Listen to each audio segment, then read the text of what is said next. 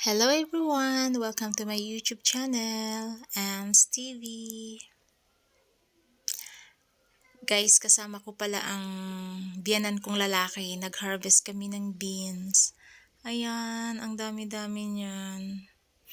Sila lang yung nagtanim sa rooftop namin.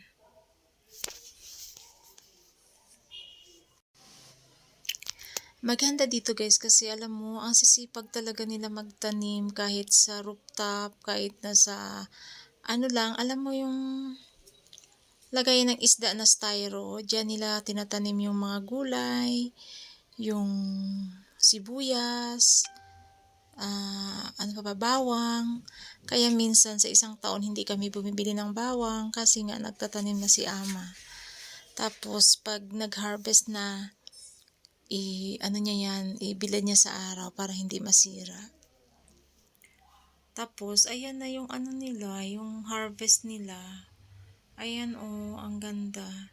Hindi ko alam po anong tawag sa atin ng beans na to. Pero parang ang beans niya para siyang kadyos ba yung tawag sa amin. Sa amin kasi sa Negros tawag dyan kadyos eh. Ayan. Tuwang-tuwa pa naman ako pag nagkaganito kasi nga gustong gusto ko mag-harvest. Kasi nga ang dami. Tapos wala lang, parang ang sarap sa pakiramdam pag nag-harvest ka. Kasi nga nagbunga yung pinaghirapan mo. Pinaghirapan pala nila, hindi sa akin. Kasi lang ako. Tumulong lang ako, hindi ako nagtanim. Ayan guys, oh, ang dami. Ayan.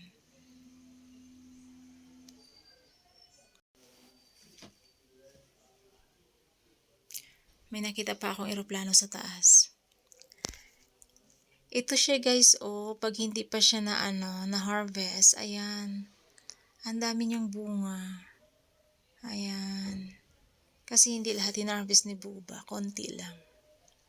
Nakatalim lang yan sa styro guys. Ayan. Tapos yan, walang pataba, walang abono. Ang alam pong nilalagay lang nila dyan yung tae ng baka. Kaya organic siya.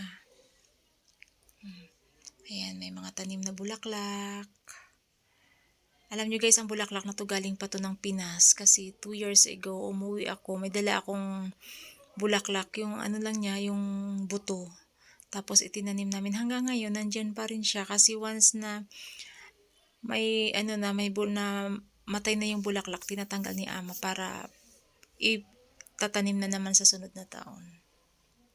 Yan guys, ang makikita nyo dito sa rooftop namin. Ayan, yung paligid niya. Halos lahat ng mga bahay dito guys may rooftop kasi during winter, dyan talaga naglalagi yung mga tao sa taas para magpaaraw. Tapos lahat yan may mga tanim sila kahit sa maliit na pot. Ganon. Basta pag winter kasi dito sobrang lamig as in. So talagang naging kaugalian o naging habit na nila niya na once na sumikat na yung araw, nandyan na yan sila sa rooftop nagpapaaraw. Tapos sinubukan din nila magtanim dito ng dragon fruit. Ayan, may bulaklak na siya. Maliit lang.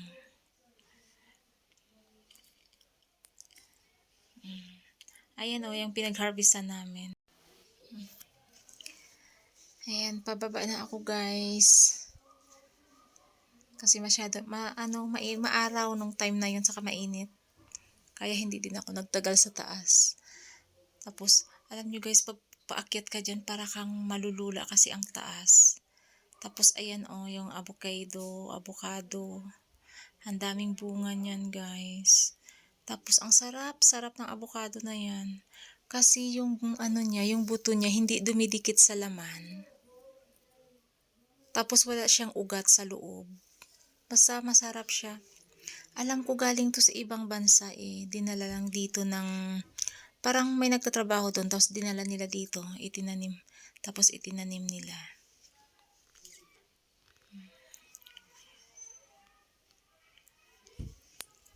Ayan. nag-uusap kami ng biyenan kong lalaki ng Nepali diyan kaso hindi pa ako gano'n ka marunong na rin ako umintindi, nakakapagsalita na rin ako pero hindi gano'n ka-fluent talaga na kagaya talaga dito. Kasi mga 8 years na rin kami dito ng anak ko. Dito kaya at saka yung mga biyenan ko hindi marunong magsalita ng English kaya ako ang nag-adjust talagang pinag-aralan ko kung paano magsalita ng lengguwahe nila. Ayan. Tuwang-tuwa ako dyan.